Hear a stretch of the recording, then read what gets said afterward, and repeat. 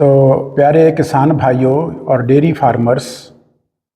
मैं बोल रहा हूं doctor Rajendra Gupta, innovation artificial insemination training institute Bathinda से। तो जैसा कि आप सभी जानते हो कि हमारे नॉर्दर्न इंडिया में गर्मी का प्रभाव शुरू होने जा रहा है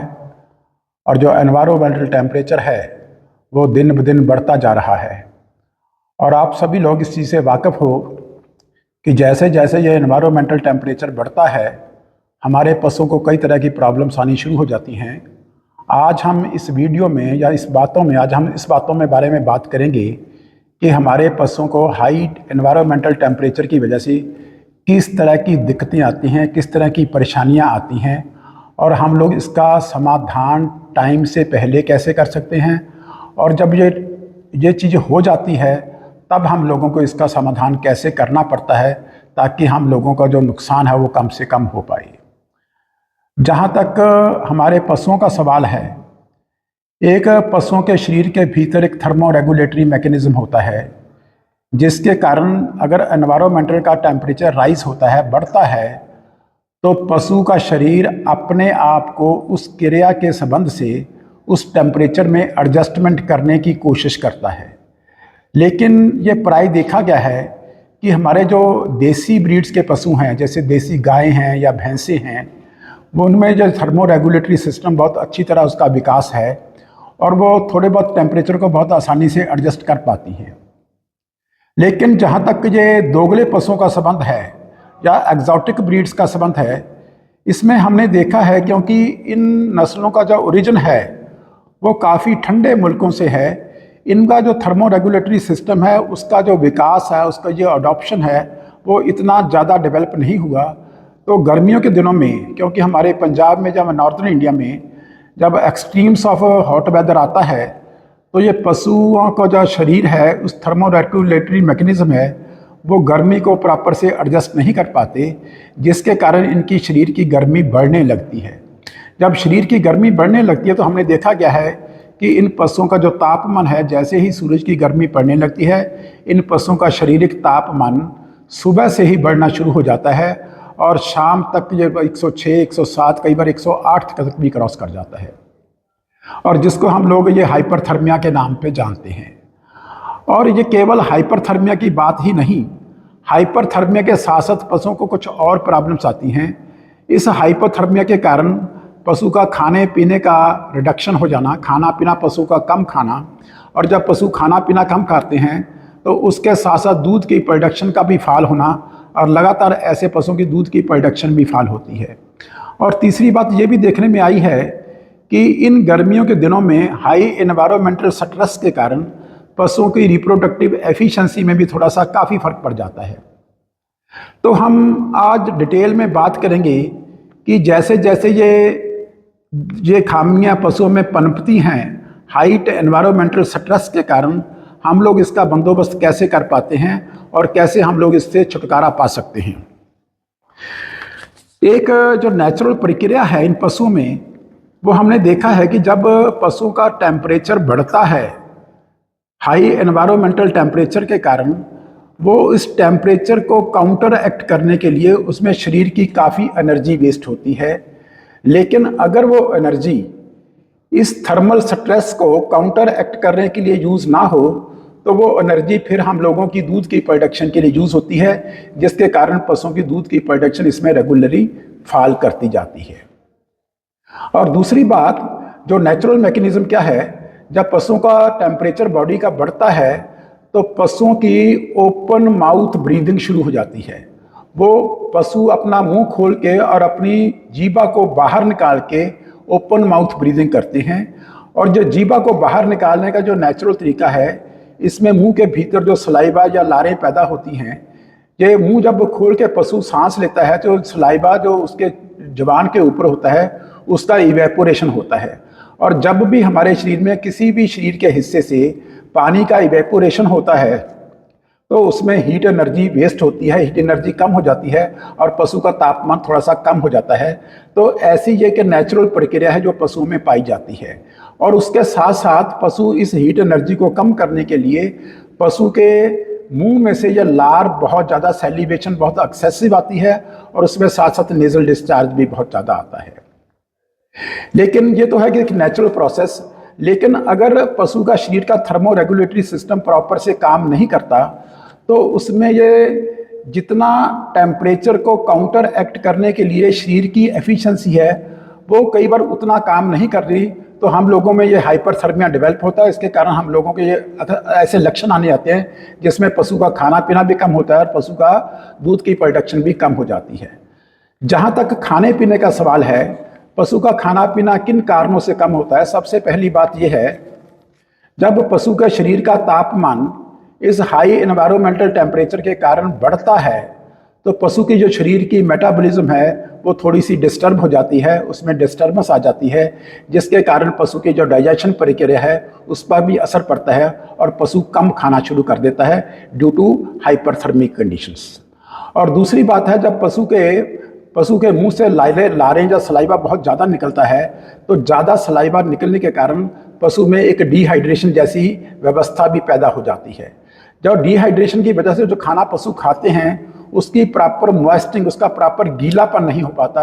गीलापन ना होने की वजह से उस सूखे खाने का जो डाइजेशन प्रक्रिया है उसमें भी थोड़ा सा इफेक्ट पड़ता है। और तीसरी बात जो हमने देखी है, जब पशु के मुंह से ये लारें ज़्यादा निकलती हैं और ये लारें जितना भी सलाइवर सिक्रीशन है ये सारा बेसिकली इसकी जो पीएच होता है that is in the alkaline होती है, इसमें खारापन ज़्यादा होता है, इसमें सोडा बाइकार्ब के कंटेंट्स ज़्यादा होते हैं। अगर ये सोडा बाइकार्ब का लगातार ऐसे इवेपोरेशन होता है जो पेट में खाना जाता है उसमें भी इसमें अल्कलाइन की स्ट्रक्चर, अल्कलाइन की जो पीएच है वो थोड़ी सी कम हो जाती है। जो पेट का जो र्यूमन की पीएच है that is slightly shifted towards the acidic side. मैं ये तो नहीं कहूँगा कि उसमें एसिडोसिस डेवलप होती है, लेकिन जितने केसों को मैंने स्टडी किया है उसमें थोड़ी सी जो पीएच है it has got slight shift from the alkaline side to the acidic side. अगर एसिडिक साइड र्यूमन की पीएच शिफ्ट करती है तो उसमें हमने देखा है पशु का खाना पीना और भी कम हो जाता है। तो इस तरह हाइपरथर्मिया की वजह से, पानी की डिहाइड्रेशन की वजह से और पेट में एसिडिटी डेवलप होने की वजह से तो पशु का खाना पीना कम हो जाता है। अगर पशु का खाना पीना, अगर फीड इनटेक कम हो जाता है तो उसके साथ साथ हमने देखा जो उसका ड्राई मैटर इनटेक है वो भी कम हो जाता है। अगर पशु का खाना पीना कम होगा तो ये स्वाभाविक है कि उस पशु के दूध की प्रोडक्शन भी हमेशा कम होगी। और जब दूध की प्रोडक्शन कम होती है कम खाना खाने के कारण, और दूसरी बात पशु के जब शरीर से लारें ज़्यादा निकलती हैं, जो हमने अनुमान लगाई 50 से लेकर 100 लीटर तक इसकी लारें को डेली उसका निकास होता है, तो पशु में डिहाइड्रेशन होती है तो पशु में पानी की व्यवस्था भी थोड़ी सी कम हो जाती है। अगर पानी की व्यवस्था भी कम हो जाती है तो उसके कारण भी दूध की प्रोडक्शन में कमी आती है, क्योंकि जो दूध में कम से कम 87% तक केवल पानी की मात्रा ही होती है। इन दो कारणों के कारण पशु का खुराक का कम खाना और पशु में थोड़ी सी डिहाइड्रेशन की सिचुएशन पैदा होने के कारण पशु में दूध की मात्रा का भी कम होना स्वाभाविक है। और तीसरी बात, जब हम हाइपर एनवायरमेंटल स्ट्रेस को जो पशु का शरीर है कंपनसेट करने की कोशिश करता है तो उसमें काफ़ी सारी जो फीड की एनर्जी है, जो पशु को हम लोग खाना खिलाते हैं उसमें जो एनर्जी पैदा होती है वो दूध की प्रोडक्शन की बजाय काफ़ी सारी एनर्जी एनवायरमेंटल स्ट्रेस को काउंटर एक्ट करने के लिए यूज़ हो जाती है, जिसके लिए जो एनर्जी पशु ने दूध की प्रोडक्शन के लिए पैदा करनी थी या यूटिलाइज करनी थी वो एनवायरमेंटल स्ट्रेस को काउंटर एक्ट करने के लिए यूज़ हो जाती है, जिसके कारण पशु की दूध की प्रोडक्शन में और भी ज़्यादा गिरावट आती है। ये हमारे सभी फार्मर्स के लिए एक बहुत चिंता का विषय बन जाता है, क्योंकि पशु के खाना भी कम हो जाता है और दूसरी बात उसमें दूध की प्रोडक्शन भी कम हो जाती है। और तीसरी बात, जहाँ तक रिप्रोडक्टिव एफिशिएंसी का सवाल है, ये भी देखने में आया है कि जो मेल एनिमल्स हैं या मेल ब्रीडिंग बुल्स हैं उनमें जो सीमन की प्रोडक्शन है वो भी टेस्टिकल्स का टेम्परेचर नॉर्मल बॉडी टेम्परेचर से थोड़ा सा कम होता है। और जब टेस्टिकल का टेम्परेचर नॉर्मल बॉडी टेम्परेचर से कम होता है तो उसमें स्पर्म प्रोडक्शन बहुत ज़्यादा बढ़िया होती है। लेकिन हाई एनवायरमेंटल टेम्परेचर के कारण जब पशु के शरीर में हाइपरथर्मिक कंडीशंस आती हैं तो उसमें पशु का शरीर का तापमान बढ़ने के साथ साथ टेस्टिकल का टेम्परेचर भी बढ़ जाता है, जिसके कारण जो स्पर्म प्रोडक्शन है वो काफ़ी तौर पे प्रभावित हो जाती है। इसलिए नर पशुओं में सीमन प्रोडक्शन या स्पर्म प्रोडक्शन कम होने के कारण उसकी रिप्रोडक्टिव एफिशिएंसी में गर्मियों के दिनों में बहुत एडवर्स इफेक्ट पड़ता है। और यही बात देखी गई है फीमेल पशु में, मादा पशुओं में, स्पेशली भैंसों के केस में जो सीजनल ब्रीडर हैं वो जब ज़्यादा गर्मी पड़ती है तो वो भैंसें बिल्कुल हीट में आना बंद कर देती हैं, या उन पशुओं में हीट इतनी मध्यम हो जाती है कि हम लोग उसमें हीट की डिटेक्शन हम लोगों से पॉसिबल नहीं हो पाती, जिसके कारण भी उनकी पशुओं की रिप्रोडक्टिव एफिशिएंसी एडवर्स तरीके से इफेक्ट करती है। लेकिन इन तीनों चीज़ों का नुकसान जो होता है अल्टीमेटली हमारे डेयरी फार्मर्स को ये बर्दाश्त करना पड़ता है, और जिसके कारण हम लोग अगर सही समय पर इन स्टेप्स को सॉल्व करने का, इनको हल करने का अगर कोई सॉलिड तरीका नहीं अपना पाएँ तो उसमें हमारे फार्मर्स को बहुत ज़्यादा नुकसान उठाना पड़ता है। अब यहाँ तक इसके जो फंडामेंटल्स हम लोग कैसे इस प्रॉब्लम को सॉल्व कर पाते हैं, ये मैं सारे अपने डेयरी फार्मर्स को आज ये बात कहना चाहता हूँ कि सबसे पहले बात, जब आप लोग डेयरी फार्म का धंधा स्टार्ट करते हो,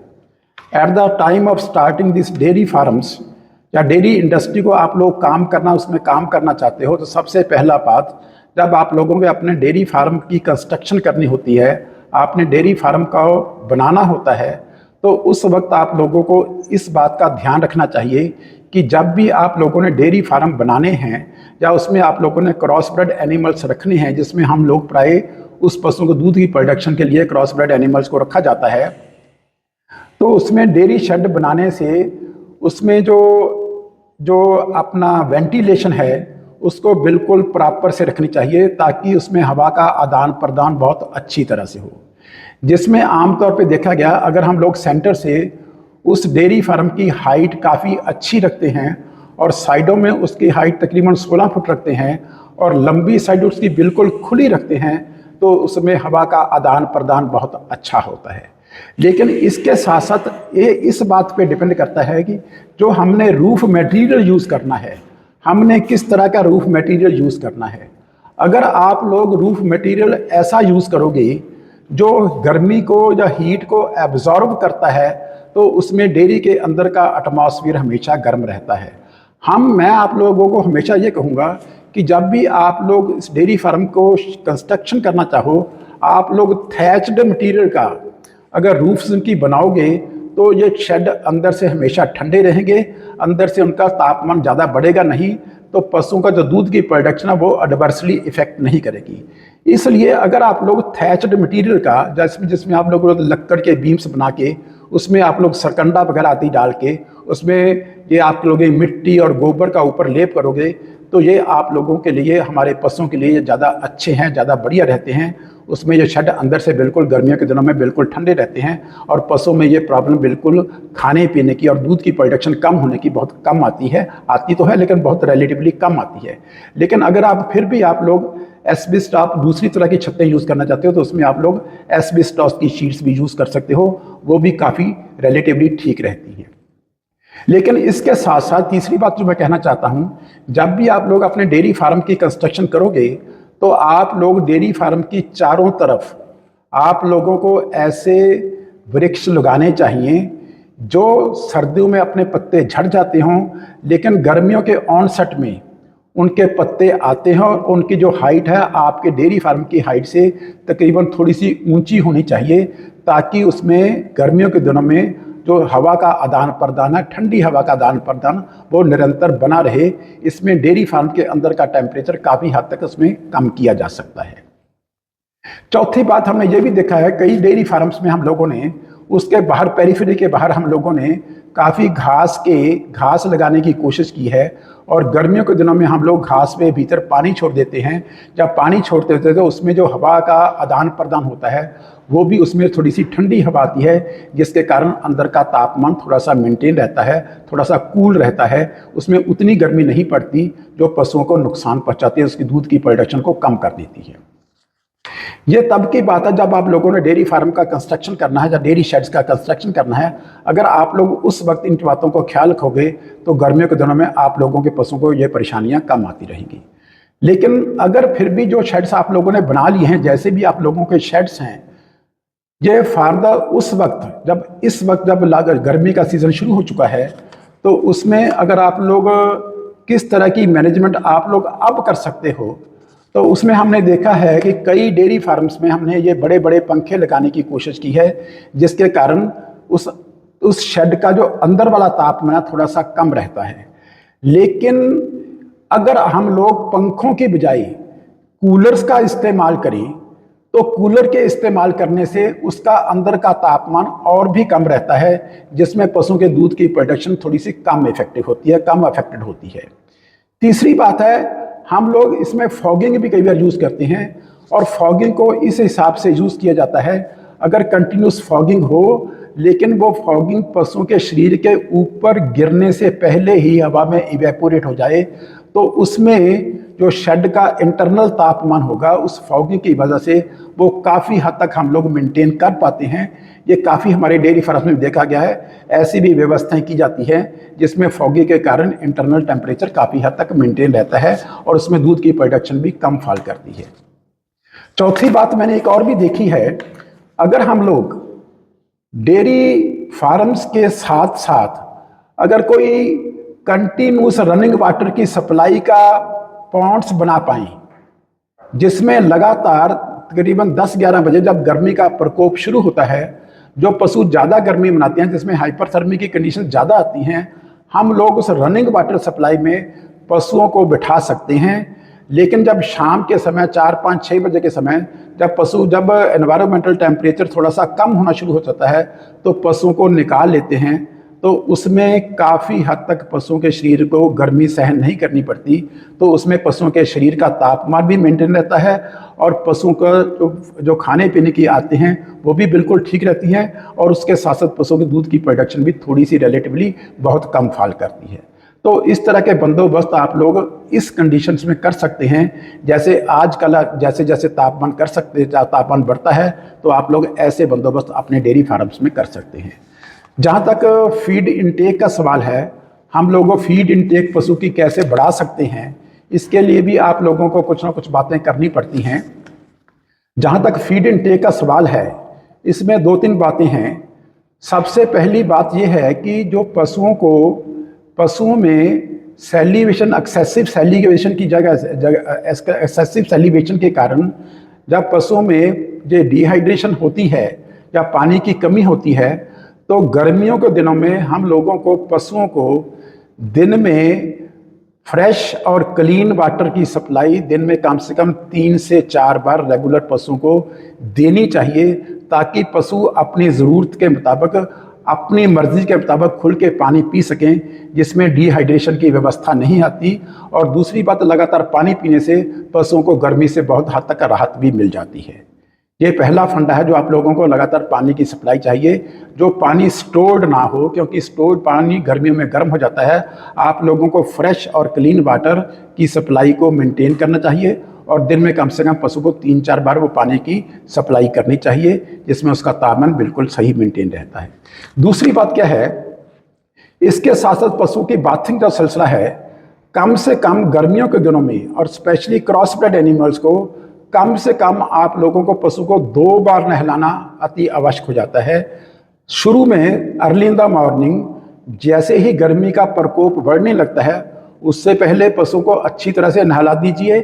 और फिर शाम के समय जब सूरज की छुपने की बात आती है, तो उसके बाद भी आप लोग पशुओं को अच्छे से नहला पाते हैं। अगर पशुओं को दिन में 2 बार हम लोग कंटिन्यूसली नहला पाएँ, उसको बाथ दे पाएँ, तो उसमें भी उसके बॉडी का टेम्परेचर काफ़ी हद तक मेंटेन रहता है, और उसमें हाइपरथर्मिक कंडीशन भी काफ़ी कंट्रोल में रह जाती है। तीसरी बात, उनके जो फीड खाने का संबंध है, तो उसमें देखा गया है कि अगर हम लोग पशुओं को जो खाना डालते हैं, उन पशुओं को खाना हम लोग सुबह के वक्त डालें और शाम के वक्त डालें। नॉर्मली भी हम लोग पशुओं को खाना दिन में 2 बार डालते हैं, लेकिन अगर 12 घंटे के इंटरवल में हम लोग पशुओं को खाना डालना चाहें, गर्मियों के दिनों में हम सुबह 7-8 बजे खाना डालें, और शाम के समय भी शाम को 7-8 बजे खाना डालें, यानी कि before the sunrise and after the sunset खाना डालें। जब एनवायरमेंटल टेम्परेचर थोड़ा सा बिल्कुल कम रहता है, अगर उस वक्त पशुओं को खाना डालोगे तो पशुओं को जो खाने की व्यवस्था काफ़ी अच्छी होती है, पशु ढंग सिर से खाना खा लेते हैं। और अगर आप लोगों को लगता है, किसान भाइयों को ऐसा लगता है कि सुबह शाम खाना देने से पशुओं का पूरा खाना हम दे नहीं पाते, तो दोपहर के समय आप लोगों को हरा चारा काट के, जिसमें पानी की परसेंटेज 70 से 80% हो, ऐसा खाना दोपहर के समय हम लोग पशुओं को दे पाते हैं। क्योंकि एक तो हरा चारा पशु को लेने में आसानी रहती है, दूसरे उसमें पानी की परसेंटेज बहुत ज़्यादा होती है, तो जिसके कारण पशुओं का यह खाना इनटेक लगातार बना रहता है। लेकिन दूसरी बात है, फिर भी अगर आप लोग ऐसा महसूस करते हो कि पशु अपनी दूध की प्रोडक्शन के हिसाब से खाना नहीं पा रहा, तो हम लोगों को पशु को खाने की जो क्वालिटी है, क्वालिटी का भाव, उसमें हम लोग प्रोटीन कंटेंट्स को हाई प्रोटीन डाइट डाल के या हाई प्रोटीन डाइट्स के चीज़ें डाल के उसकी क्वालिटी को इम्प्रूव करके हम लोग उस खाने की क्वांटिटी को रिड्यूस कर लेते हैं। लेकिन उसमें हम लोगों को पशु की क्वालिटी को, जो उसके खाने की क्वालिटी है, उसको बढ़िया बनाना पड़ता है due to high protein diet which can be given to the animal, जिसमें हम लोग खाने की क्वांटिटी लेस कर पाते हैं लेकिन उसकी क्वालिटी इम्प्रूव कर पाते हैं, ताकि उसकी पशु की दूध की प्रोडक्शन के लिए हम लोगों को जो जरूरी न्यूट्रिएंट्स हम लोगों को चाहिए,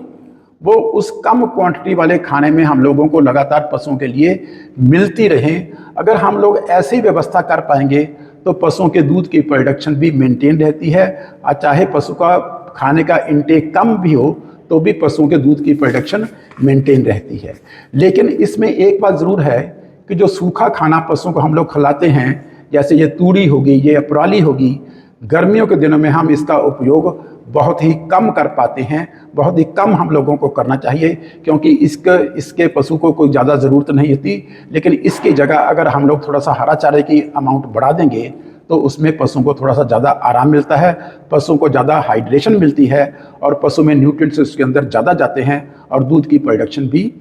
प्रॉपर से मेंटेन रहती है। आगे कुछ बातें ऐसी हैं, जैसे मैंने आपको बताया था कि जो सलाइवा जब निकलता है तो पशु के पेट में, र्यूमन में, there is a slight shift from the alkaline side to the acidic side. अगर आप लोगों को ऐसा लगता है कि र्यूमन की पीएच स्लाइटली एसिडिक साइड पे शिफ्ट होती है, और आप लोग इसका अनुमान लगा सकते हो, आप लोग इसको रूमिनल फ्लूइड को निकाल के चेक कर लेते हो। जो मैंने प्रैक्टिकली देखा है, इसमें जो र्यूमन की जो पीएच है, स्पेशली गर्मी के दिनों में जब हाई एनवायरमेंटल स्ट्रेस होता है, तो हमने र्यूमन की पीएच को देखा है, उसकी तो तकरीबन उसकी जो फिगर आती है 6.8 और 6.9 के तकरीबन आती है। तो उसमें अगर हम लोग सोडा बाइकार्ब की 50 ग्राम डोज रेगुलर उन पशुओं को देते रहे, तो उसमें यह स्लाइटली जो अल्कलाइन मीडियम, जो एसिडिक मीडियम है र्यूमन का, ये स्लाइटली नॉर्मल, न्यूट्रल या स्लाइटली अल्कलाइन मीडियम में कन्वर्ट हो जाता है, तो उसमें कभी पशु ऑफ फीड नहीं होता। तो प्यारे किसान भाइयों, अगर आप लोग गर्मी के दिनों में ऐसी कुछ रेमेडीज को अडॉप्ट करने की कोशिश करोगे, तो मैं आपको यकीन के साथ कह सकता हूं कि आप लोगों के पशुओं की फीड इनटेक भी नॉर्मल रहेगी और उसके साथ पशुओं के दूध की प्रोडक्शन भी एडवर्सली इफेक्ट नहीं होगी। हाँ, ये मैं ज़रूर कहता हूँ कि ये 100% तो बिल्कुल नहीं मेंटेन होगी, लेकिन उसमें आप लोग जो लॉस इन मिल्क प्रोडक्शन है उसको काफ़ी हद तक आप लोग कम कर सकते हो। लेकिन अगर आप लोगों ने समय सिर ये सभी बंदोबस्त कर लिए, तो आप लोगों की दूध की प्रोडक्शन बहुत कम होने की संभावना है, उसमें आप लोगों का नुकसान बहुत कम होगा। और सभी किसान भाइयों से ये भी रिक्वेस्ट करता हूँ, अगर आपके इस बारे में कुछ और बातें कहने की हैं, कुछ और बातें आप पूछना चाहते हो, तो आप लोग अपने इस वीडियो पे डाल के आप लोग अगली बातें पूछ सकते हो, ताकि हम लोग अपनी अगली वीडियो में आप लोगों को उनके समाधान बता पाएं जिसमें आप लोगों का फायदा हो सकेगा। Thank you very much.